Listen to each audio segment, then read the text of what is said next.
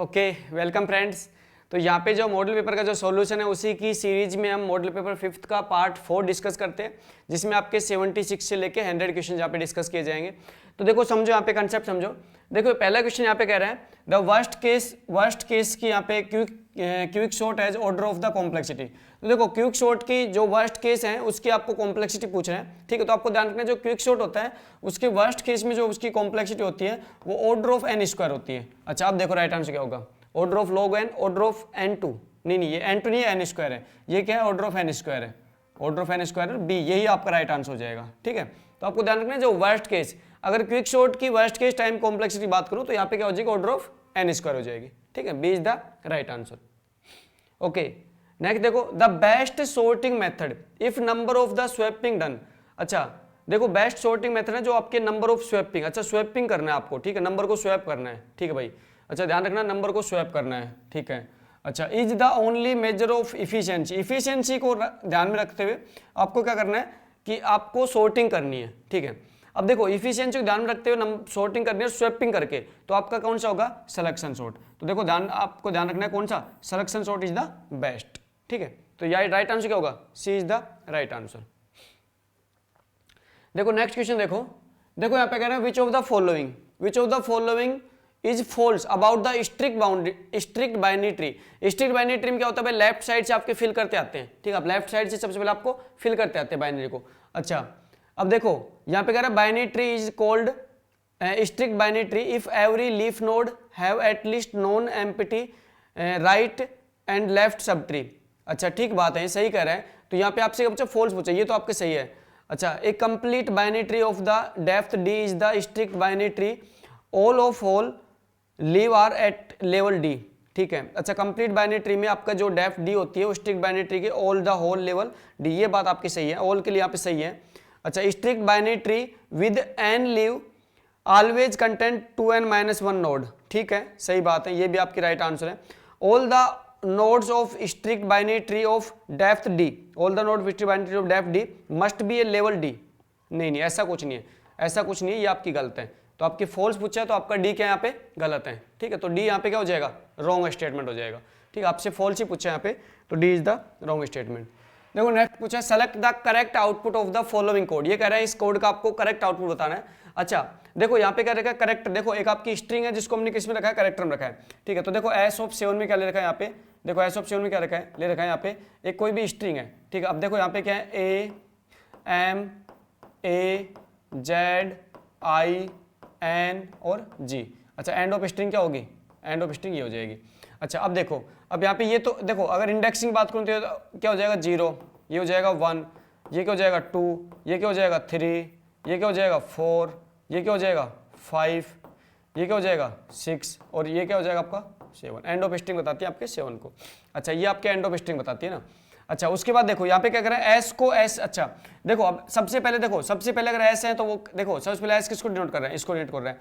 अब क्या कर रहा है, एस को क्या कर रहा है, एस प्लस 3 कर रहा है। इसका मतलब है कि एस को कहाँ पे, एस को यहाँ पे इंडिकेट कर रहा है, ठीक है। अब एस यहाँ से इंडिकेट करने लग जाएगा।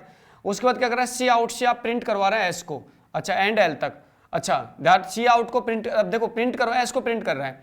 अच्छा एस को प्रिंट कर रहा है तो सी आउट क्या देते हैं, आपके कंप्लीट स्ट्रिंग का आउटपुट दे देते हैं। तो ध्यान रखना यहाँ से आपकी स्ट्रिंग प्रिंट कर देगा सारी यहाँ तक, ठीक है। तो आपका क्या प्रिंट हो जाएगा, ZING, क्या प्रिंट हो जाएगा, ZING, ठीक है। बहुत ईजी सा कंसेप्ट है, तो आपको ध्यान रखना है जो देखो जो भी आपके प्रोग्राम का कंसेप्ट होता है उसको आपको लाइन बाय लाइन सोल्व करना है। अगर लाइन बाय लाइन सोल्व करते हो तो बहुत ईजी कंसेप्ट होते हैं प्रोग्राम के और आपसे सोल्व भी हो जाते हैं। नेक्स्ट देखो यहाँ पे, देखो नेक्स्ट यहाँ पे कह रहे हैं the following is the correct interpretation of hierarchical inheritance. अच्छा हिरार्किकल इनहेरिटेंस क्या होता है भाई, देखो हिरार्की क्या होता है आपके, जैसे क्लास ए है, ठीक है, इसको इनहेरिट किसने कर रखा है, क्लास बी ने, इसको इनहेरिट किसने कर रखा है, क्लास सी ने, इसको इनहेरिट किसने कर रखा है, क्लास डी ने। तो ये आपकी क्या होती है, हिरार्किकल इनहेरिटेंस होती है। अच्छा कह रहा है one base class with one derived class, नहीं एक ज्यादा होगी, हिरार्किकल है, ठीक है, ये हिरार्किकल होती है। अच्छा more than one generation of class, ठीक है, नहीं ये भी नहीं है। अच्छा one base class with more than one derived class, ये बात आपकी सही है कि वन आपकी जो बेस क्लास है एक से ज्यादा उसकी ड्राइव्ड क्लास हो सकती है, ठीक है। तो जैसे आपकी हिरार्की है ना, तो वन बेस क्लास है, एक से ज्यादा उसकी ड्राइव्ड क्लास हो सकती है। तो C is the right answer. Okay next देखो यहाँ पे, देखो थ्रेड इन ऑपरेटिंग सिस्टम। देखो थ्रेड क्या होता है, देखो समझो यहाँ पे थ्रेड क्या होता है, थ्रेड एक लाइट वेट प्रोसेस होता है। तो इसका राइट आंसर हो जाएगा लाइट वेट प्रोसेस। और देखो नॉर्मली अगर मैं थ्रेड की बात करूं तो देखो जैसे जावा में आपने देखा होगा थ्रेड का कंसेप्ट, तो देखो जावा प्रोग्राम के अंदर हम थ्रेड्स बना देते हैं, जिससे क्या होगा थ्रेड आपके इंडिपेंडेंटली रन होते हैं, ठीक है। अब वो क्या करते हैं, वो पैरेलल रन होते हैं। सपोज आप एक प्रोग्राम है, उसमें आपने 3 थ्रेड बना दिए, जैसे आपका एक प्रोग्राम है, ठीक है, एक पर्टिकुलर प्रोग्राम है, ये तो आपका एक प्रोग्राम है, उसमें क्या बना दिया, T1 थ्रेड बना दिया, T2 थ्रेड बना लिया और T3 थ्रेड बना लिया। तो ये तीनों थ्रेड आपके इंडिपेंडेंटली क्या होते हैं, रन पैरेलल रन होते हैं। ये तीनों क्या करेंगे, आपके पैरेलल रन होंगे, ठीक है। अब पैरेलल रन से हमें बेनिफिट क्या मिलेगा, देखो समझो, जैसे आपने कई बार देखा होगा कि भी आपने जैसे वर्ड में आप कुछ टाइप करते हो, जैसे MS वर्ड खोल के आप टाइप करते हो, जब टाइपिंग करते हो तो साथ में स्पेलिंग चेक भी होती रहती है, ठीक है। तो देखो आपने टाइपिंग किया है, साथ में स्पेलिंग चेक हो रही है, इसका मतलब वो तो एक पर्टिकुलर प्रोसेस पे आप क्या करो, अब देखो वर्ड MS वर्ड एक पर्टिकुलर प्रोसेस है, ठीक है। अब उस प्रोसेस के अंदर आपके एक से ज्यादा आपके थ्रेड एग्जीक्यूट हो रहे हैं, ठीक है, जो एक से ज्यादा आपके टास्क को एक साथ परफॉर्म कर रहे हैं, तो वो आपका होता है थ्रेड का कंसेप्ट। अच्छा, थ्रेड क्या होता है, एक लाइट वेट प्रोसेस होता है। देखो लाइट वेट का मतलब यहाँ पे ये नहीं होता है ये इसका वजन हल्का होगा, नहीं, इसके जो कॉन्टेक्स्ट होते हैं वो कम होते हैं, जो प्रोसेस के कॉन्टेक्स्ट होते हैं उसके कंपेरिजन में थ्रेड के कॉन्टेक्स्ट कम होते हैं, ठीक है। इसका मतलब होता है लाइट वेट प्रोसेस, ठीक है। तो यहाँ पे D is the right answer. देखो नेक्स्ट देखो, the system software provide an interface to a hardware device enable the operating system to access the hardware. देखो यहाँ पे system software provide interface with the hardware device enable to the operating system to access the hardware. अच्छा, right answer क्या होगा, control panel, device drive. देखो क्या होगा, device driver. देखो आपने देखा होगा कई बार, जैसे सपोज करो आपने प्रिंटर को आपके पीसी से आपने अटैच कर दिया, लेकिन उसके बाद भी प्रिंटर आपका क्या होता है, काम नहीं करता है। क्यों काम नहीं करता है, कि जब तक वो जो प्रिंटर है उसका आप जो ड्राइवर सॉफ्टवेयर है वो इंस्टॉल नहीं करोगे तब तक वो काम नहीं करेगा। तो यहाँ पे आपका जो ड्राइवर सॉफ्टवेयर होता है वो एक्चुअल में क्या करता है, हार्डवेयर के साथ इंटरेक्ट करवाते हैं आपको, ठीक है। तो वो आपका जो ड्राइवर सॉफ्टवेयर है उसकी सहायता से आप हार्डवेयर के साथ इंटरेक्ट करते हो। तो यहाँ पे राइट आंसर क्या होगा आपका, डिवाइस ड्राइवर। तो जो भी डिवाइस है उसका जो ड्राइवर सॉफ्टवेयर होता है उसकी सहायता से हम हार्डवेयर से इंटरेक्ट कर पाते हैं, ठीक है। तो B is the right answer.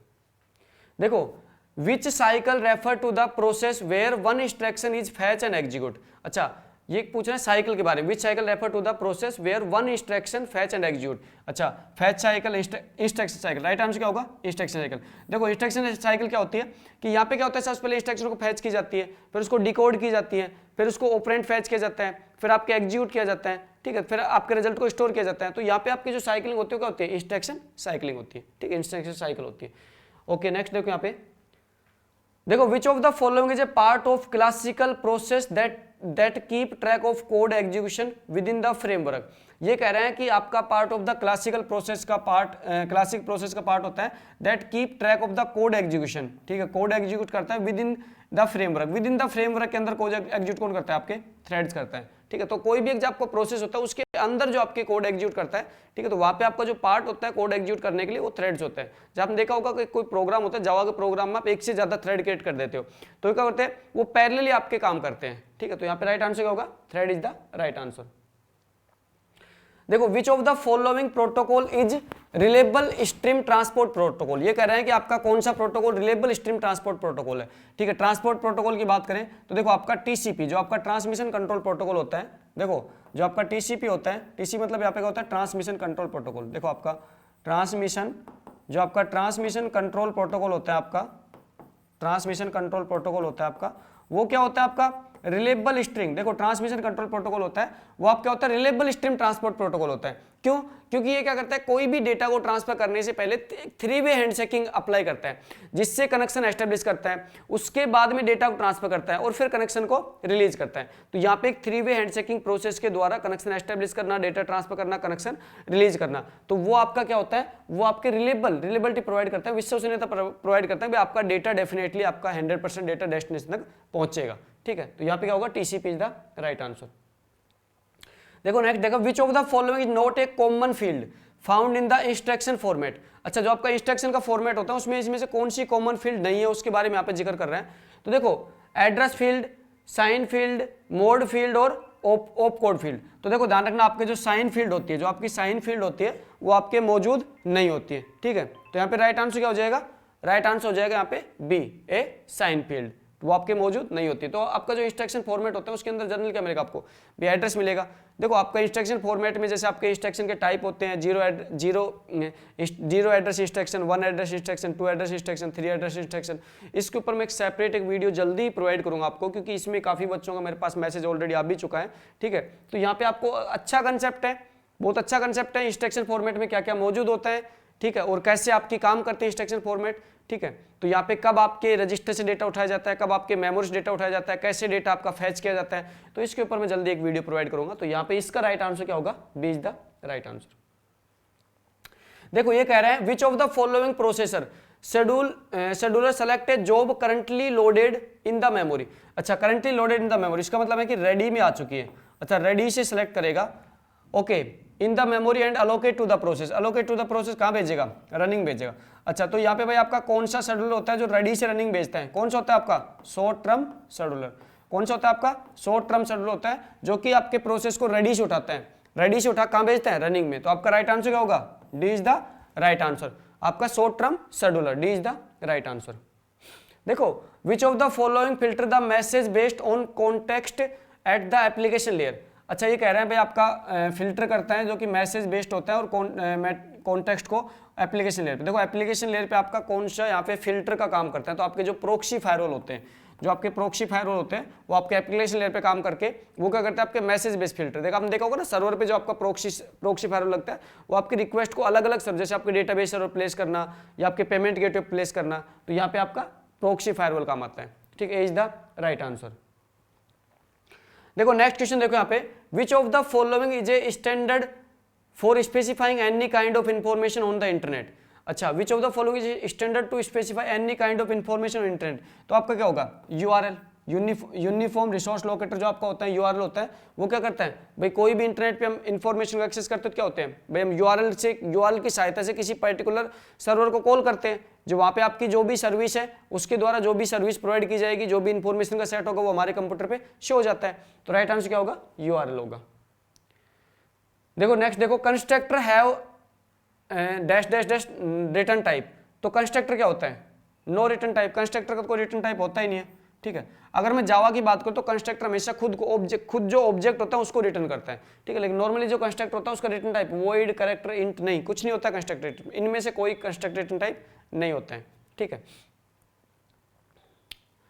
देखो which of the following associated with a friend class can directly access private and protected data. अतः फ्रेंड क्लास में डायरेक्टली आपके प्राइवेट और प्रोटेक्टेड डेटा को कौन एक्सेस करता है, सिर्फ आपके मेंबर फंक्शन ही एक्सेस कर सकते हैं, ठीक है। जो आपके मेंबर फंक्शन होते हैं वही आपके डायरेक्टली एक्सेस कर सकते हैं, किसको, प्राइवेट और प्रोटेक्टेड डेटा को, ठीक है। फ्रेंड क्लास की बात कर रहे हैं तो मेंबर फंक्शन आपके एक्सेस कर सकते हैं। देखो नेक्स्ट देखो यहाँ पे, देखो विच ऑफ द फॉलोइंग बस of a computer system is responsible for carrying information. अच्छा, ये कह रहे हैं कि आपकी कौन सी बस होती है, तो आपकी 3 टाइप की बस पाई जाती है, एक डेटा बस, एक इंस्ट्रक्शन बस, एक आपकी एड्रेस बस होती है, ठीक है। तो डेटा बस, कंट्रोल बस और एड्रेस बस, ठीक है। अब देखो यहाँ पे आपकी बस की बात करूं तो देखो डेटा बस होती है, उसका काम क्या होता है, देखो डेटा बस का काम क्या होता है, डेटा कैरी करने का, ठीक है। अच्छा, उसके बाद एक क्या होती है, कंट्रोल बस होती है, जो कि आपकी कंट्रोल सिग्नल कैरी करती है, ठीक है। उसके बाद यहाँ पे क्या होती है, आपकी एड्रेस बस होती है, ठीक है, जो आपकी क्या करती है, एड्रेस को कैरी करती है। तो यहाँ पे एक्चुअल डेटा कैरी कौन करेगा, आपके डेटा बस के द्वारा एक्चुअल डेटा को कैरी किया जाएगा, ए इज द राइट आंसर। देखो नेक्स्ट देखो, which of the following 8085 micro processor hardware interrupt has the lowest priority. अच्छा भाई, 8085 जो हार्डवेयर इंटरप्ट होते हैं उनके प्रायोरिटी में डिसाइड बता देता हूं आपको। देखो एक तो होती है ट्रैप, अच्छा, फिर उसके बाद होती है RST, फिर होती है RST 7.5, फिर होती है RST 6.5, फिर होती है RST 5.5 और फिर होती है INTR, फिर होती है INTR। तो देखो ये आपकी क्या होती है, देखो ये आपकी क्या होती है, ये तो सबसे हाई होती है, देखो यहाँ पे क्या होती है, हाई, ठीक है, हाई से, और ये आपकी क्या होती है, लोवेस्ट, ये क्या होती है आपकी लोवेस्ट। तो लोवेस्ट कौन सी होगी, INTR, लोवेस्ट कौन सी होगी आप, INTR, ठीक है। तो आपको ध्यान रखना है, सबसे हाईएस्ट तो आपकी ट्रैप होती है और फिर लोवेस्ट क्या होती है, INTR होती है, ठीक है। तो आपका इस सीक्वेंस मैंने बता दिया, इस सीक्वेंस को आपको ध्यान रखना है। ओके नेक्स्ट कंसेप्ट देखो यहाँ पे, देखो नेक्स्ट कंसेप्ट कह रहा है what will be the output of the following script command. अच्छा कोई भी, अच्छा यहाँ पे आपको जावा स्क्रिप्ट के द्वारा यहाँ पे आपको कोई मेथड यूज किया गया है और उसमें कह रहे हैं इसका आउटपुट क्या होगा। तो देखो डॉक्यूमेंट डॉट राइट क्या करता है, आपके डिस्प्ले करने का काम आता है, ठीक है, मैसेज को। अच्छा यहाँ पे क्या दे रखा है 2 + 5 और उसके बाद में 8 को क्या दे रखा है, इन्वर्टेड कॉमा दे रखा है। तो देखो 8 तो यहाँ पे अपेंड हो जाएगा, 2 और 5 का क्या एडिशन हो जाएगा, तो इसका आउटपुट क्या होगा 7 और 8 यहाँ पे अटैच हो जाएगा, 78 आ जाएगा। राइट आंसर क्या होगा 78 इज द राइट आंसर। ठीक है, तो यहाँ पे राइट आंसर क्या होगा 78 इज द राइट आंसर। देखो नेक्स्ट देखो, SQL alter table statement is use. दो एसक्यूएल में अल्टर टेबल स्टेटमेंट उसका क्या यूज किया जाता है, ऐड डिलीट और modify column in existing table. बिल्कुल सही बात है भाई। देखो ध्यान रखना, जो अल्टर टेबल होती है एसक्यूएल के, जो अल्टर टेबल स्टेटमेंट होते हैं, तो देखो अल्टर का काम क्या होता है, देखो अल्टर का मैं यूज बताऊं तो अल्टर आपके टेब जो आपका स्ट्रक्चर कहूं या फिर मैं टेबल कहूं, आपके स्ट्रक्चर या टेबल में मॉडिफिकेशन काम आती है। अब देखो स्ट्रक्चर टेबल मॉडिफिकेशन क्या कर सकती है भाई, टेबल का नाम चेंज करना, टेबल के अंदर जो कॉलम है कॉलम का नाम चेंज करना, कॉलम का डेटा चेंज करना, कॉलम का डेटा टाइप चेंज करना, उसकी साइज चेंज करना, उसमें कोई कंस्टेंट ऐड करना, कंस्टेंट को डिलीट करना। ठीक है, तो यहाँ पे सारे सारे काम कौन करता है, आपकी अल्टर कमांड करती है। ठीक है, तो इसका राइट आंसर क्या होगा, ए इज द राइट आंसर। ठीक है, इंसर्ट मॉडिफाई रिकॉर्ड नहीं, रिकॉर्ड पे काम नहीं करती अल्टर कभी भी, तो बी भी गलत है आपका। डिलीट एग्जिस्टिंग रिकॉर्ड नहीं, रिकॉर्ड पे तो काम ही नहीं करती। ड्रॉप एग्जिस्टिंग टेबल नहीं, ड्रॉप नहीं करती यहाँ पे, इसके लिए ड्रॉप कमांड होती है। ठीक है, तो यहाँ पे अल्टर क्या होगा, ऐड डिलीट और modify column in the existing table. Okay next देखो यहाँ पे, देखो HTML let us use only the character. ठीक है, अच्छा HTML के द्वारा कौन से करेक्टर यूज किया जाता है, किसको, ASCII, American standard code for information interchange जो आपका होता है आस्की फॉर्मेट होता है, उसको डायरेक्टली यूज करती है HTML। ठीक है, तो आस्की आपकी क्या आस्की को यूज करेगा यहाँ पे। अच्छा देखो what is the full form of the SQA। अच्छा यहाँ पे पूछा SQA की फुल फॉर्म क्या है। SQA क्या होता है भाई आपका, सॉफ्टवेयर क्वालिटी एश्योरेंस। तो यहाँ पे क्या होता है, जो सॉफ्टवेयर की क्वालिटी को टेस्ट करने के लिए, देखो सॉफ्टवेयर की क्वालिटी को टेस्ट करने के लिए आपका क्या टेस्ट किया जाता है, SQA, सॉफ्टवेयर क्वालिटी एश्योरेंस होता है।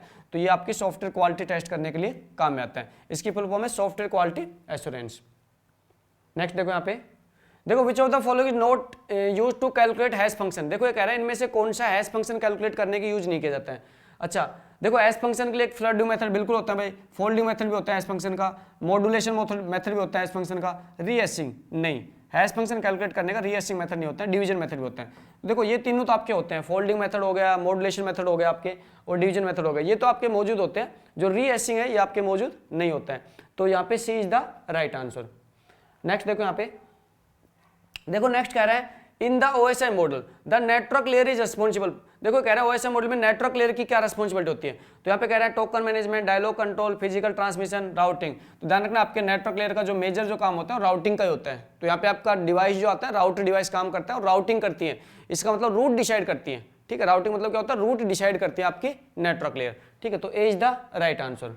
ओके देखो उसके बाद कह रहा है what is the correct HTML tag of the largest heading. अच्छा लार्जेस्ट हेडिंग के लिए आपका HTML टैग कौन सा है, तो ध्यान रखना जो आपका H1 होता है, H1 की सहायता से जो आपकी हेडिंग है तो सबसे बड़ी हेडिंग बनाई जाती है H1 की सहायता से। तो यहाँ पे आपके टोटल कितने होते हैं, जो आपके 6 टैग होते हैं, H1, H2, H3, H4, H5 और H6। ठीक है, लार्जेस्ट के लिए क्या होगा, H1 होगा ए, तो यहाँ पे इज द राइट आंसर। ठीक है, तो दोस्तों यहाँ पे जो आपको ये फ्री जो लेक्चर सीरीज प्रोवाइड की जा रही है, जो मॉडल पेपर का सॉल्यूशन यहाँ पे मेरे द्वारा प्रोवाइड किया जा रहा है, तो यहाँ पे आपको सॉल्यूशन में आपको ध्यान ये रखना है कि आपको पहले एग्जाम देना है खुद से, उसके बाद अपने मार्क्स कैलकुलेट करने हैं और आपको चेक करना है कि आपसे सिली मिस्टेक कहाँ पे हुई है या फिर आपसे नेगेटिव मार्किंग कहाँ पे हुई है। ठीक है, तो आपकी जो नेगेटिव मार्किंग है उसी के देखो साथ में यहाँ पे जो सॉल्यूशन है ये आपकी हेल्प ये करेगा कि आपको जहाँ भी आपको मिस्टेक हो रही है उस मिस्टेक को आपको सुधारने के लिए ये सॉल्यूशन आपके लिए बहुत ज़्यादा हेल्पफुल है। ठीक है, तो यहाँ पे आपको सबसे पहले आपको टेस्ट कंडक्ट करना है, खुद से टेस्ट देना है, उसके बाद में इस वीडियो की हेल्प से आप क्या करना है, जो भी आपकी मिस्टेक हुई है उसे चेक करना है। Okay, thank you so much, bye bye.